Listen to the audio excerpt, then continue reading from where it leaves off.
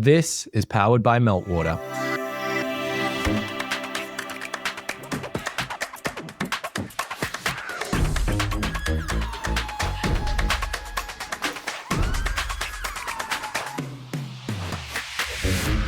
Hi, I'm Dino Delich, and in the studio with me is Genevieve Bramall and Stephanie Lerdahl.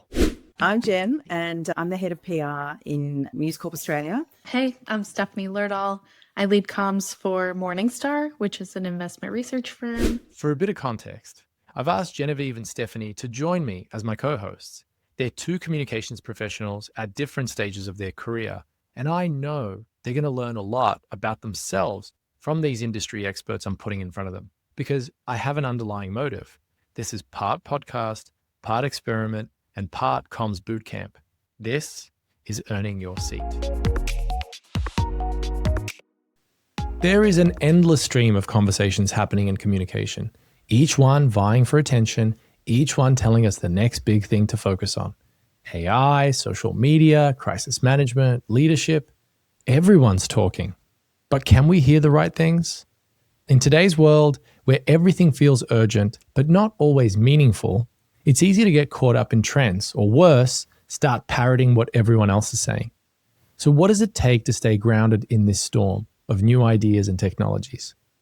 Nathan Carpenter joins us from the Atlas Lab, where he and his students aren't just studying social media, they're mapping influence, understanding networks, and questioning the very foundations of communication. If we can't hear or understand the audience as a whole, what we can do is really understand the ecosystem. And I think that's something that listening can do fantastically. We had an unexpected start to this conversation, diving right into the challenge that many universities face today.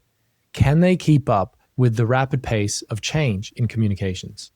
Genevieve throws a tough question Nathan's way about how schools are adapting and whether they're truly preparing their students for the fast evolving world of PR and journalism. I've got one question.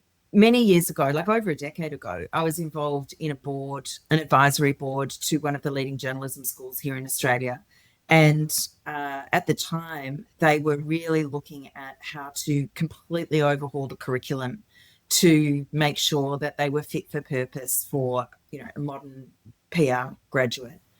And I was struck by how, the wisdom in wanting to evolve, but the fact that universities by their nature are quite slow in getting anything done. And I felt like by the time they'd actually probably got all their ducks in a row and decided on what the new strategy would be and what the curriculum would look like and who would be teaching it, that the world would have actually moved on and they'd be back to square one. So my question is, are universities keeping up with the speed of change in course curriculum? And I suppose what more needs to be done in that space? Oh gosh, I love that question. And I can preface it with the fact that I'm in a really unique position within the university as well as within my own home college here. So I am technically staff and not a professor, despite holding a PhD, having now 20 years of teaching experience, and again, being really in and around the classroom. I am basically situated to live here in this lab and to make this lab work for our students, our faculty, our research faculty, and really anyone else in the university that finds use and value.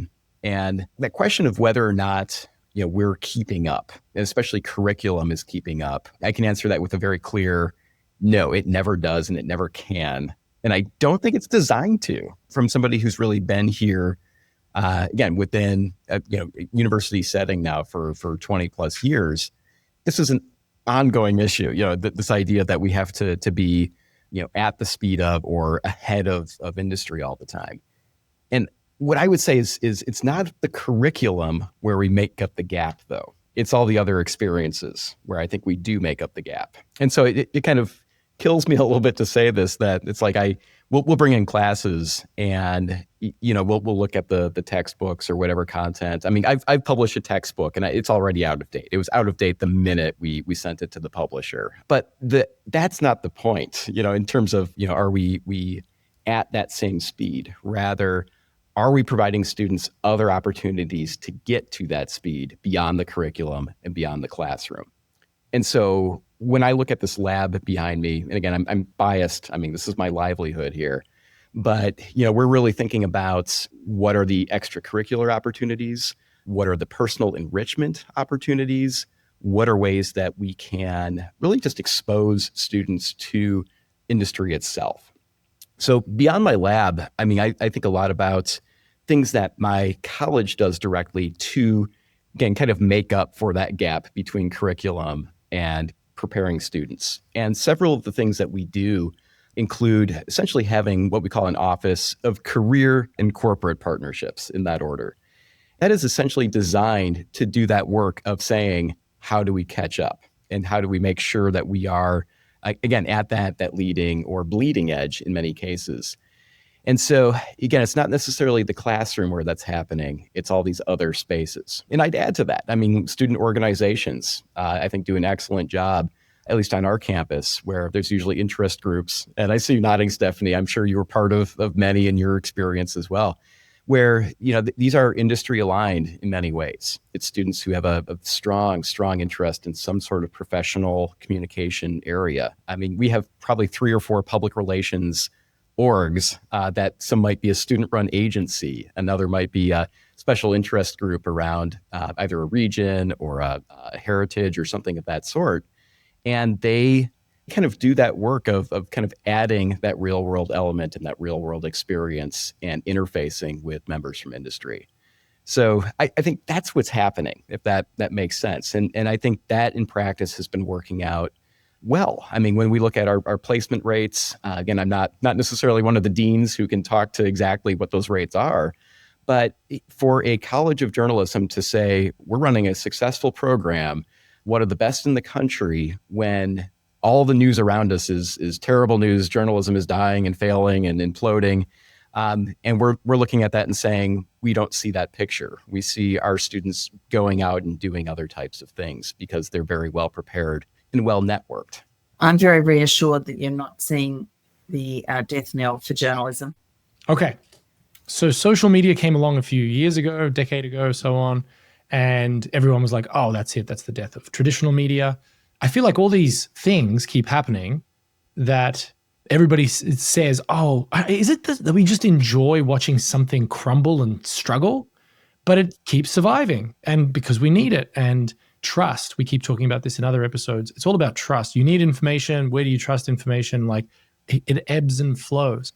I don't have a specific question, but I do want to talk about how, if I think about somebody like a Stephanie, who is meant to get a message out to, establish a reputation and protect it, but also to connect with people. And even though maybe some of the ideal customers for Morningstar are not necessarily on social media themselves, Stephanie's spending a lot of time on social media for personal branding, but also for the company, and they're doing podcasts and they're doing all this sort of stuff. All this to say, it's like, what is happening right now? Like, what should people be spending their time on? Because every day it feels like someone is saying, like, well, you got to, now you got to do videos. Oh, now you just got to do press releases again. It's like, oh my God. Shouldn't we be making sense of it, like by studying the audience and seeing where are they spending their time? Is that part of what your lab does? Studying the audience?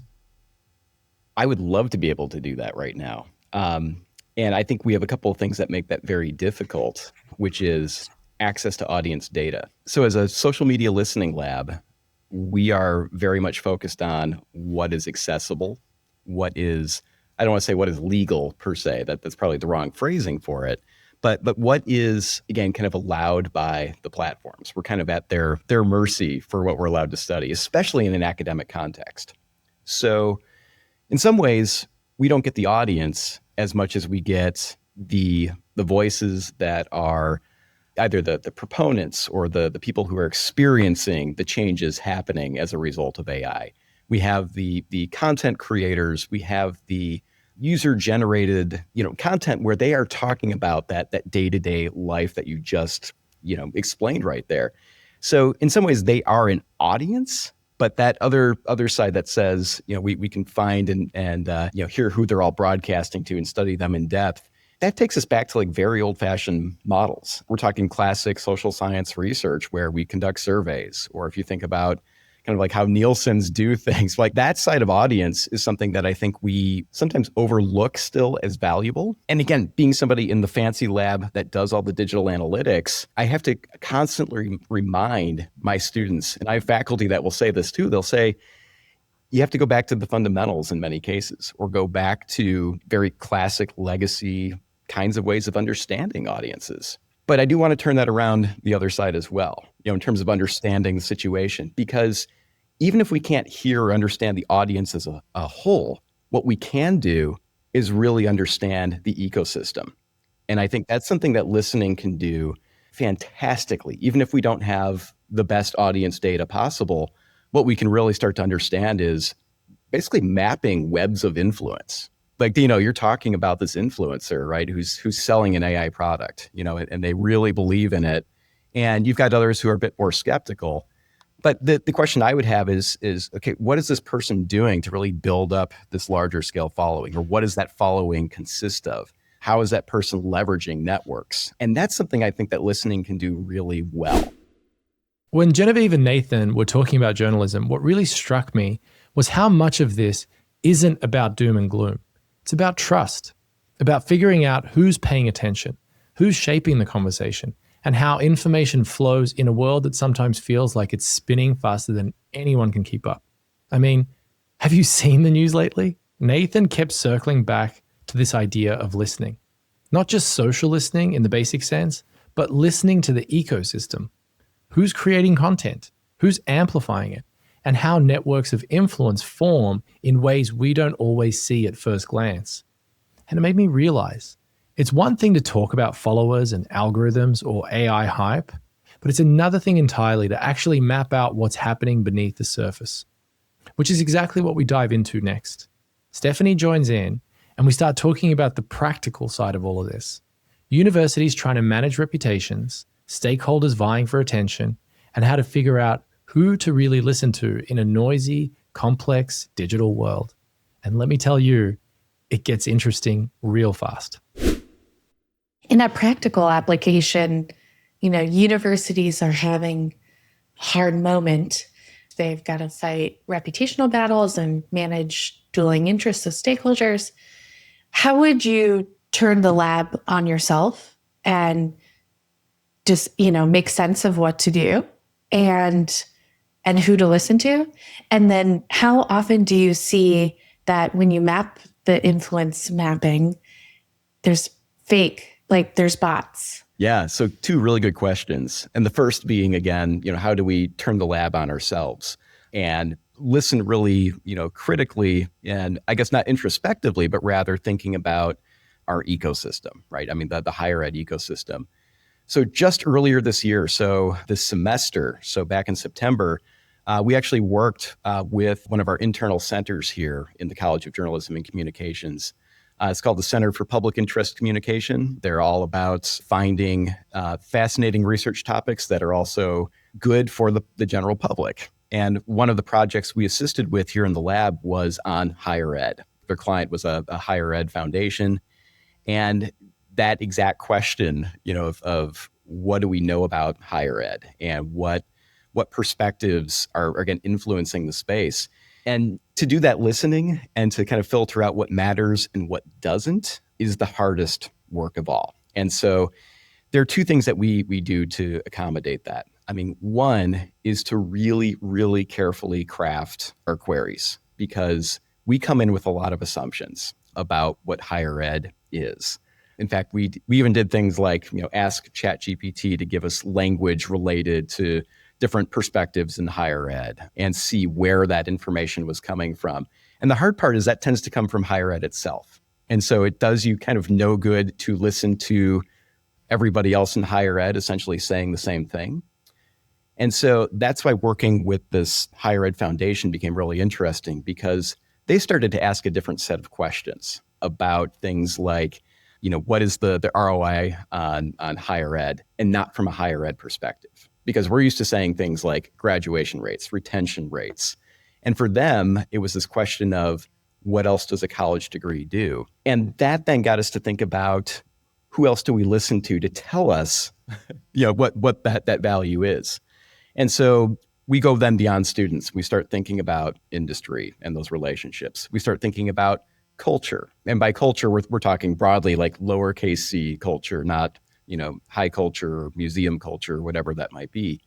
But we're thinking about, are people thinking about what it means to learn within, the university setting? Are people enriching themselves as well as, obtaining licensure or obtaining a degree? And so that listening then is this process of discovering groups of people in specific spaces. So earlier, Dino, when you had asked, folks what they're using right now, I'm a big Reddit user because I don't post frequently, but I'm in that space regularly to really find, again, communities that can help discern a lot of these questions because they are self-organizing, self-identifying. So what interests me about what Nathan is saying here is I've noticed that a lot of people often, when they have access to a lot of data, they obsess about the what happened, what was said, and how much. We love numbers and volume to put things into perspective. But one of the greatest things that puts things into perspective is the who and the how and the why. So without being too cryptic, what I like that Nathan is highlighting here is the focus on audiences. And for a communicator, there's nothing more powerful than understanding how different audiences perceive different messages and why certain messages are consistent across different groups and why they are not, and how they travel. That allows you to design campaigns to speak to those audiences more authentically and to also know how other audiences might receive that exact same message if you choose to communicate with them in the exact same way. So this is a great highlight and a reminder that to look at a dashboard that simply tells you the quantity of something, you really need to find a way to demonstrate the quality of something. And there's no better way to do that than by looking at how different audiences might react to different pieces of content or different messages. And we spent quite a bit of time in Reddit spaces that were unique to specific universities and types of universities. And these were where prospective students go to ask questions about, do I have a high enough GPA to get in? And once you kind of cancel out all those conversations, you start to see this other undercurrent of pressure, coming from parents or coming from a sense of duty or responsibility to go get a degree in higher ed. And out of that, we kind of got the sense that the crises are many, right? And the new crisis that's kind of emerging there is certainly a cultural crisis where people believe in investing in themselves, but they don't see the university being the space that necessarily does that. They see it as a ticket to go somewhere else and not essentially a destination in and of itself, that you can spend time there and grow and all of that. So that's just an example of like the kinds of things we could start picking apart and finding. Just to wade into the hot water, when the US government is pulling funding for major universities and there are protests on major campuses, even if there's nothing happening on your campus at this moment, what are the signals that you're looking for to say, this is coming my way or it isn't, and this is how I should respond? Like, what do my stakeholders think about this topic and how might that change over time? Yeah, so signals are often leaders. We think about like the classic influencers in many cases, and following what leadership is saying in many cases, and then seeing the responses to leadership matters a lot. And so I think some classic ones that we're seeing right now, like would be Harvard and Columbia, two institutions in very similar situations in terms of being under pressure from the administration in the White House. And in some moments caving, and in other moments really putting up resistance, and basically seeing that the dominoes either fall or get stacked up again in response to that. And so for us, it's this question of you have to be plugged into the news on such a regular basis to know kind of which university is next, so to speak. And then you're finding those names, you're finding those voices, and really paying attention to how they're taken up. And that part is really tricky. We're not like dedicated to do that full time, but we definitely saw evidence of that, doing this higher ed project. And so that's a group of voices. The other group we follow, and sorry for our friends in Australia, we have to wade into American politics a little bit here, but what we're often doing is following figures within parties. They kind of make it easy because all we have to really do is plug in like higher education and then a list of their accounts basically, and then I can either set up alerts or whatever that might be. But as soon as some of them are highlighting higher ed or talking about a specific campus, we're alerted right away. And typically we can create those in 2 lists, based on red and blue or left and right. I'm going to jump in there. Sorry, but I'll tell you about DoorDash, right? One of the ladies that we are trying to have on the podcast she was a director at DoorDash. And I remember being curious. I don't think I've seen that title before, that we support somebody in that role with Meltwater, because she was paid media. She was director of public affairs, paid media. And I was like, well, hang on a second. I've never seen those phrases together.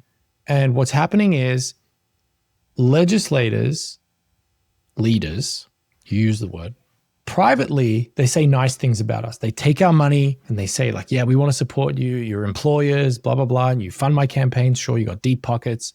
But publicly, they're like, down with DoorDash and all this sort of stuff. And so they're trying to influence them with ads. And I remember saying to her, I was like, Maura, like, they're not leaders then. They're only doing that, publicly shaming you. They're tweeting about you badly because they're caving to what the public wants, but privately they're taking your money. That's not leadership. Leadership these days is democratized. This is Dino opinion. But now you could have loud voices, could be students, could be Greta Thunberg, like a little 12-year-old or whatever she was when she decided to skip school. And then she becomes a leader because she has a loud enough voice and a platform, and she starts to stand for something. So it's interesting you're talking about like paying attention to topics, and I'm not discrediting it, but I am having a fun conversation with you about it's one thing to pay attention to what politicians are doing, but maybe this is an Australian criticizing American politicians. Well, they just say whatever the crowd needs to hear them say, but then also privately they say other stuff. And that then throws you off if you're trying to pay attention to what's happening on social media and drive decision-making as a result of it. So if you're a university that's trying to figure out, should we speak out about a topic or not, to see when someone in a state legislature or the US Congress says higher education, you could freak out about that, but I would be freaking out more about what led to them being comfortable saying that, because there's very few leaders, this is controversial, but there's very few people taking a stand. They're doing it based on what they're seeing in the public and making them comfortable saying that. I'd say the American system has changed quite a bit from that notion of there being influencers fairly separated from leaders. What we're getting right now is almost a direct stream. And so there are definitely operatives. Again, we could probably call them influencers. There are networks where they basically suggest an idea, and they know by them putting that out there within the next 5 minutes or so, they have a bunch of senators or representatives that will immediately repost that, quote that, work with that content. Are they colluding? Absolutely. Yeah, absolutely. Blatantly? Like, are they like, hey, I'm going to post this tomorrow and like, I'm going to post what you want to say, but you can't say and you'll repost it? Yeah, I would not doubt it. I'm now starting to understand how social media works. There is, some very direct collusion for sure, but there's also indirect in that when we call them leaders, I guess, we have people in power and in office who know who to follow immediately to basically influence or to direct the route that policy is going to take. And what's very interesting, and I won't go into any of the details in this case. I'm in the state of Florida. There's definitely networks of influence like that. So when you talk about there are other leaders for us or other influencers to follow, like they're on our list. They're basically the same as though they are state legislators, or the same as though they are representatives. So interestingly, this concept of networks of influence keeps coming up, and that's why Nathan keeps talking about mapping different networks. And the lesson for me there is that marketers and communicators can then move or shift from fixating on making a message as appealing to as many people as possible and go take their focus towards making the message so engaging with a few key people that are going to take action and they're going to engage so that other people take notice. So it's really all about identifying the right message for the right person at the right time versus finding something that appeals to as many people as possible. Because what we've learned time and time again is those end up being the least effective campaigns. Is it like that in Australia, Jen? I think this is above my pay grade. Well, you were hanging out with the Prime Minister a few weeks ago, so come on, you know a thing or two. I mean, look, I would assume so. I mean, I don't know. I'm not an authority in this space whatsoever, but this is modern lobbying, right? It's modern political influence, just in a different place. And so, yeah, I mean, I can't speak to the accuracy of what's happening here because I don't know, but I would assume that people will find ways to wield influence and to newsjack a conversation using whatever modern means they can. So if it's happening there, it's probably happening here too. Up to this point, we've been tracing the complex webs of influence, universities under pressure, leaders and operatives shaping conversations, and the ways social media amplifies voices we might not even realize are in play. Nathan and Stephanie have been unpacking that whole ecosystem, and I hope you were taking notes. But most of us aren't sitting in an Atlas lab with access to massive data sets or advanced queries or teams of students parsing Reddit threads and political networks. Which raises the question, how do you actually do this in the real world, on a practical level? How can anyone, even without a fancy toolkit or a big budget, start to listen smarter, see the bigger picture, and understand influence beyond just what people are saying? It's a shift from theory to practice. And for the rest of this episode, that's exactly the journey we're on. Can I just take the question somewhere slightly different? Because I love practical examples. And I think the more that we can bring in some of those into our conversations, the better. So I'm intrigued by your backdrop. As I said, looks really fancy. And our listeners are probably not going to have access to the Atlas Lab. And so for practitioners who don't have access to a lab and a whole team of students and probably invest in one tool or, don't have the budgets to be spending on multiple different listening tools, I think that they probably have a tendency to just get what they get, extract the data, and just hear what people are saying. But can you walk us through a real example of how a company might get stuck at just what people are saying and miss that bigger picture? And how do we take on that umbrella view without the lab? Yeah, that's a great question. And I'll have to speak in hypotheticals, and I'm going to try to draw from several of the clients we've worked with without naming them by name.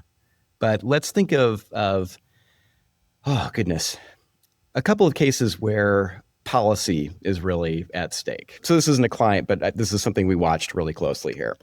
So in Florida last year, we had two major ballot initiatives basically go up for a public referendum. One was on legalization of marijuana within the state, and then the second was on legalization of abortion at a certain stage. And so basically trying to enshrine both of these into the state constitution. And what we saw from a variety of perspectives was very interesting. If we were to just do classic social listening and to say, we're going to create a monitor or we're going to look up major accounts, using these keywords and terms and all of that. And if we were to run those and based on volume and engagement and all of that, surely both of these would win, hands down. Like the public spread and share of this information, hands down, these should pass.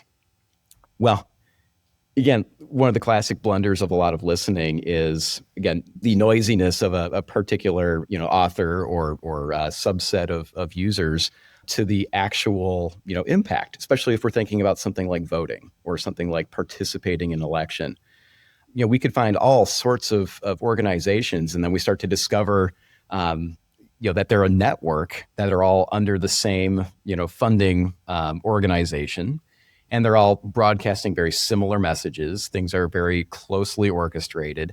And that's all we're hearing in the listening, because we are either not expanding the scope or we're realizing that many people are so exhausted with politics that they don't want to talk about them in that space. And so one of the things that listening essentially missed out on in that moment was how else were, these messages essentially being shared. And so if we're thinking about, again, people who don't have the lab or who don't have the agency or have the fancy toolkits, I start to really think about what are the quote unquote freely available tools that are still out there at your disposal. And so some of those would be things like just your ability to really query some of the social platforms at hand. Because if all of us in this room have done at least some sort of social listening, and you know what a difficulty it is to do work on Meta's platforms, for example. Any social listening you do there is essentially going to give you public pages or influencer accounts. And that is essentially going to just be feedback, right? Especially for an election like this. And so what we ended up really doing with some of my students was to say, let's try to turn that around in some other way and think about some other ways to measure influence and attempts at influence, and just, again, listening in spaces that wouldn't be picked up by the big tools. And community groups are pretty good at that. Like again, we're not listening in order to gather data, but we're rather out there collecting observations. And just by going into, I think like every community has some sort of like word of mouth Facebook page. Just going into those spaces and knowing how to query correctly within the Facebook platform allowed my students to gather a wide diversity of perspectives on these issues that they were not seeing before. And the cool thing with that, though, is that gave them a new set of terms to look for that they weren't thinking of. Oh, the vernacular and the zeitgeist of that particular lunch table in the cafeteria. Exactly. So going to the new tables in the cafeteria changes then what you start to look for. And then they're finding these conversations in unexpected spaces. And the best part about that is they didn't have to, again, buy an add-on to some fancy tool to make the search better or anything like that. It was quite really going somewhere else to listen that was, again, just not quote unquote supported by the platform, but they needed to have that knowledge of the platforms too.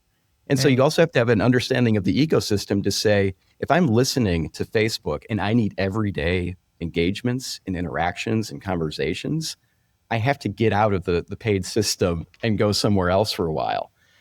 And earlier when I said, it's one of the reasons I love Reddit, very similar. Like I can query Reddit pretty extensively. Like one of the things I'll often teach as well is ways to gather data. There are lots of data dumps out there of Reddit data that you can then kind of obtain small samplings from and then write very complex queries that Reddit can't handle.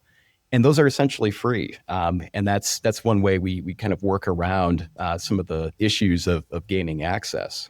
Wait, what's a data dump of Reddit look like? So there have been several, I don't know how best to describe them, but they are either academics that have gone a little rogue, or they used to be connected or sponsored by Reddit. Oh, so they're like API pulls. Yeah, they're API pulls. Yeah. And there's a community that basically gathers these monthly or daily in some cases, and they'll sponsor them through, there's a site called Academic Torrents. Sounds very Pirate Bay-ish. Right. Exactly. Now, we don't touch the torrents. Like that's one of those like on campus, everybody knows like, do not click that button. That'll get you in trouble right away. But there are other people that have created projects off of those torrents that allow you to do things like. Oh, so you can touch laundered stolen goods. But okay, got it. You're going to get me into trouble now. Yeah.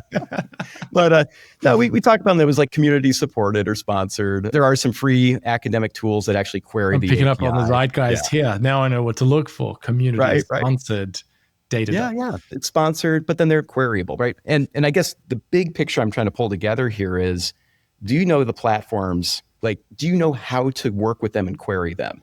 One thing I've spent a lot of time over the past 2 years here at Florida is we have a lot of students interested in YouTube, which is fabulous. I mean, we can get a lot of YouTube data and information, but in many cases, they're doing deeper analyses, and they need to spend a lot of time actually in the platform, reviewing video and looking at when comments appear and all of that. So they need to be in that space.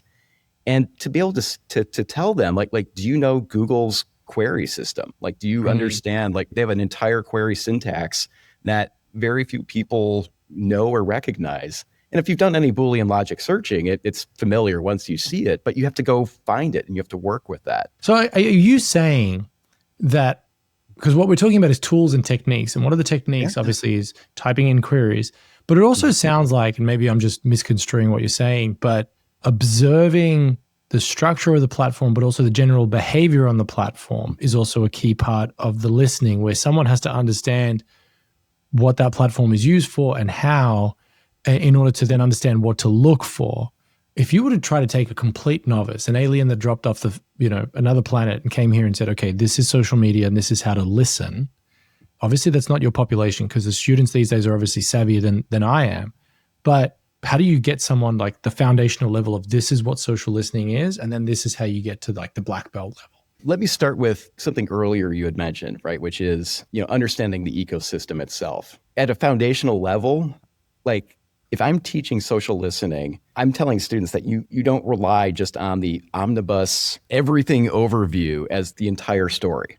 That's the square one place that you start to say, oh, I got data. You have to go through that process of segmentation and by platform or by other things.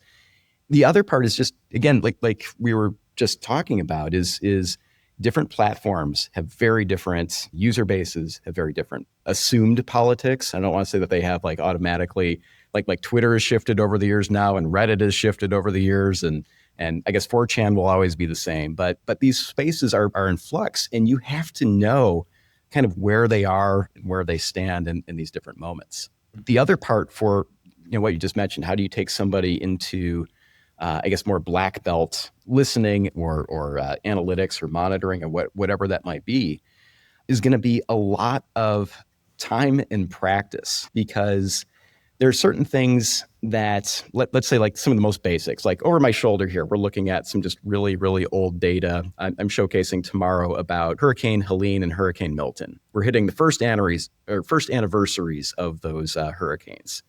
And we've got a big contingency of emergency management-minded folks coming through campus tomorrow to ask a lot of questions about that. And if I think about emergency management and listening and some of the foundational versus advanced work that you need to be doing, it's that work of being able to kind of start to assume the language of those who you are trying to listen to so that you can find them, which kind of sounds contradictory, right? Like you have to know where to begin in a query. So if we're thinking emergency management, we're thinking hurricanes. Yes, people are going to be typing hurricane in their social media, and that's an easy thing to find. But if you're in a particular area doing listening, like emergency management, you know the rest of the language to begin to look for. And if I'm not in that field, I have to be able to reach out and ask the right people for that next set of queries, or that next set of language that would be used to begin to identify the rest of the conversation. And so it goes beyond the platform. It starts to go into your basic ability to manage and interface with other professionals who are the subject matter experts in these spaces. And so, again, I'm looking at the spike behind me, and it's awful. It doesn't show me anything. What Nathan and Genevieve have been walking us through is bigger than just tools and dashboards. This part of the episode is really about how to listen well. Even without a team of students or a room full of screens, you can start to spot patterns. You can find signals in community forums, Facebook groups, or Reddit threads, places where people are actually sharing their experiences and asking questions. It's messy, it's human, and it's way more insightful than just looking at mentions or engagement stats. Sit tight, here's what you need. I think we've solved it. We obviously don't have time to get into all of the benefits and the challenges and perils that AI brings to what you do. There is one question that we ask every guest, and I was really excited to ask you this question because it's the same question that we ask everyone, but it's if you were in the ear of a communications leader that was trying to earn a seat at the table, what's one thing that you would advise people like Jen and Steph to start doing to better earn that seat at the table and keep it? So again, take this with the fact that I'm working with students very directly all the time. And I'm in an academic environment which has its own hierarchies, right? But given that, I think knowing who you trust in an organization to basically tell you what it is as it is in a truthful manner, and knowing who each of those people are within that organization. And again, this is a non-technical answer, right? But knowing that within an organization, and again, knowing who those people are, matters way more than anything else. And I can give you my example for that, right? Which is, I've been here now, I'm in my third year, which is still very much rookie status, in this space, huge R1 institution. But when I look around at what's really helped me succeed, it was really quickly being able to identify, and we weren't talking allies. We're not talking, people who are going to be helpful or whatever, but rather people who I know aren't, making things up on the fly as they go, people who are actually committed to what they do, people who are providing trustworthy information and all of that. And being able to say, like, here's how that all works together.